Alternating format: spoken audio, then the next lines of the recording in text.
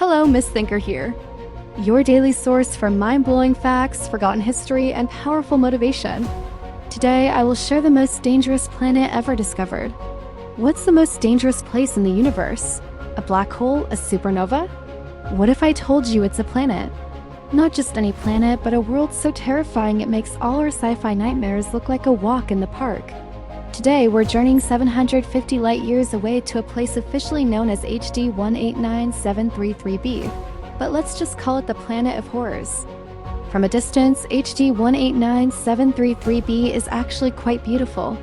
It's a deep, rich cobalt blue, a lot like Earth. If you saw it through a telescope, you might think, wow, an ocean world. Maybe it has life, but that beautiful blue color isn't from water. It's the color of death. That mesmerizing shade comes from a rain of molten glass, whipping sideways through the atmosphere at unimaginable speeds. Let's break that down. First, the heat. This planet is a type of exoplanet called a hot Jupiter. It orbits incredibly close to its star, completing a full year in just 2.2 Earth days. Because it's so close, it's tidally locked, meaning one side always faces its star and the other side is in permanent darkness. The dayside temperature soars to over 1,000 degrees Celsius, or about 1,800 degrees Fahrenheit. That's hot enough to melt lead, zinc, and yes, glass. The atmosphere of this world is primarily made of silicate particles, the very same stuff we use to make glass. On the scorching hot day side, these particles are vaporized into a sort of glass fog. Now, here's where it gets truly terrifying. This planet has some of the most extreme weather ever recorded. We're talking about winds that blow at over 8,700 kilometers per hour, or about 5,400 miles per hour. That's more than 7 times the speed of sound. So you have this scorching hot atmosphere full of vaporized glass, being blasted around the planet by winds faster than a speeding bullet. As this superheated glass air moves to the cooler, night side of the planet, the silicate vapor condenses. It doesn't form gentle raindrops. It forms shards of molten glass. And because of those supersonic winds, this isn't a gentle shower. It's a horizontal blizzard of flying glass, ripping through the atmosphere at thousands of miles per hour. Imagine standing there. Even if you could somehow survive the crushing gravity and the blistering heat, you'd be sandblasted into oblivion by a storm of razor-sharp, molten glass flying sideways at Mach 7. There's no hiding, no shelter. It's a planet-wide, never-ending storm of death. The beautiful blue we see is literally the light reflecting off these tiny glass particles. It's the universe's ultimate warning sign. Stay away. So how do we even know all this? We can't see the planet directly, of course. It's too far and too faint next to its bright star. Scientists use clever techniques. When the planet passes in front of its star, an event called a transit, they can analyze the starlight that filters through the planet's atmosphere. By looking at which colors of light get absorbed, they can figure out what the atmosphere is made of. That's how they detected sodium and later the telltale silicate particles. And the wind? Astronomers measured the velocity of sodium atoms in the atmosphere using something called the Doppler effect. It's the same principle that makes an ambulance siren sound, higher pitched as it comes towards you and lower as it moves away. By measuring the shift in the light from the sodium, they could calculate the wind speed. The results were mind-boggling, confirming some of the fastest winds ever detected on any planet. This world is a perfect example of how deceptive appearances can be in space.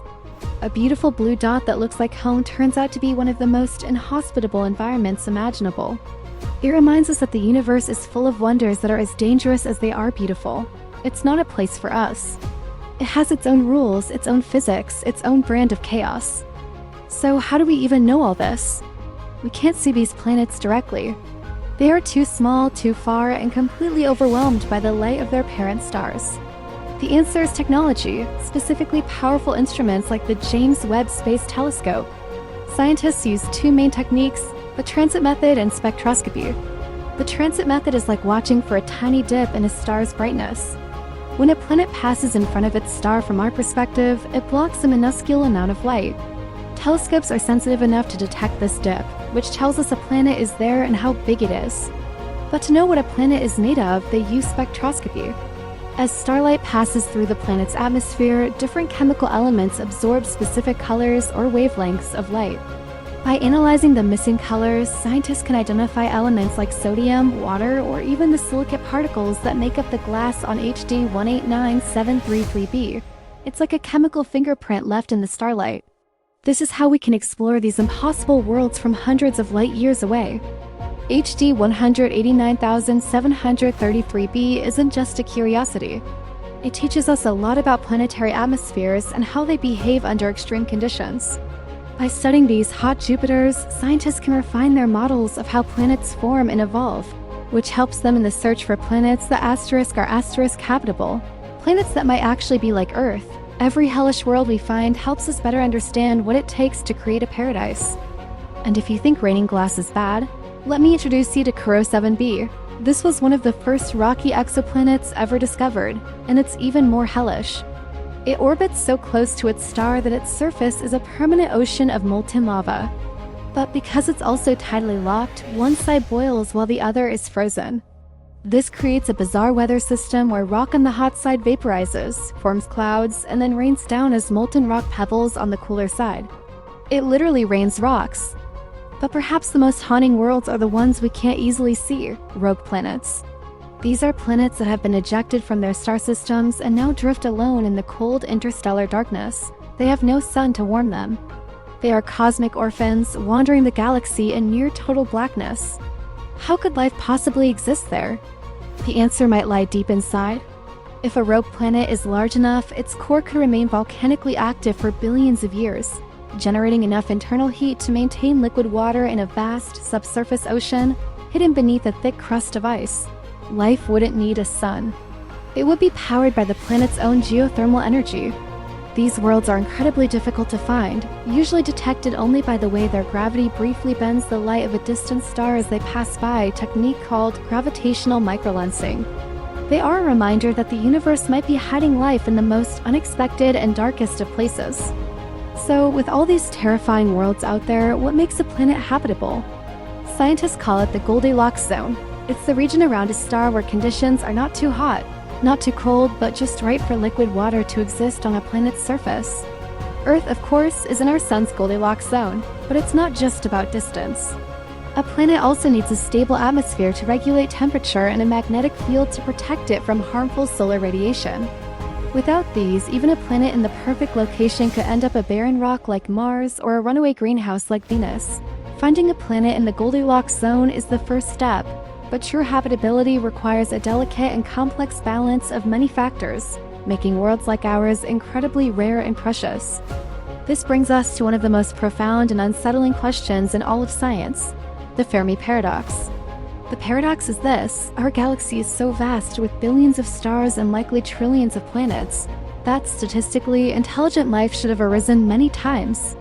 Some of those civilizations should be millions of years older than ours and should have developed interstellar travel. So, as the physicist Enrico Fermi famously asked, where is everybody? Why do we see no evidence of them? No probes, no signals, no giant structures. There are many theories. Perhaps we are truly alone, the first and only intelligent life in the galaxy. Or maybe there is a great filter, a challenge so difficult that no civilization, including ours, can overcome it. Other ideas are even stranger. Perhaps advanced civilizations are out there, but they are deliberately hiding from us, treating Earth like a cosmic nature preserve. Or maybe they have evolved beyond a physical form we can even recognize. Whatever the answer, the silence of the universe is one of its greatest mysteries. The thousands of exoplanets discovered so far fall into a few main categories. First, there are the gas giants, massive worlds like Jupiter and Saturn composed mostly of hydrogen and helium.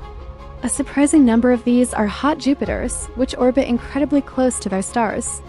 Then we have Neptunian planets, similar in size to Neptune or Uranus, with a mix of rock, ice, and a thick atmosphere. But the most common type of planet we found is one that doesn't even exist in our solar system, the super-Earth.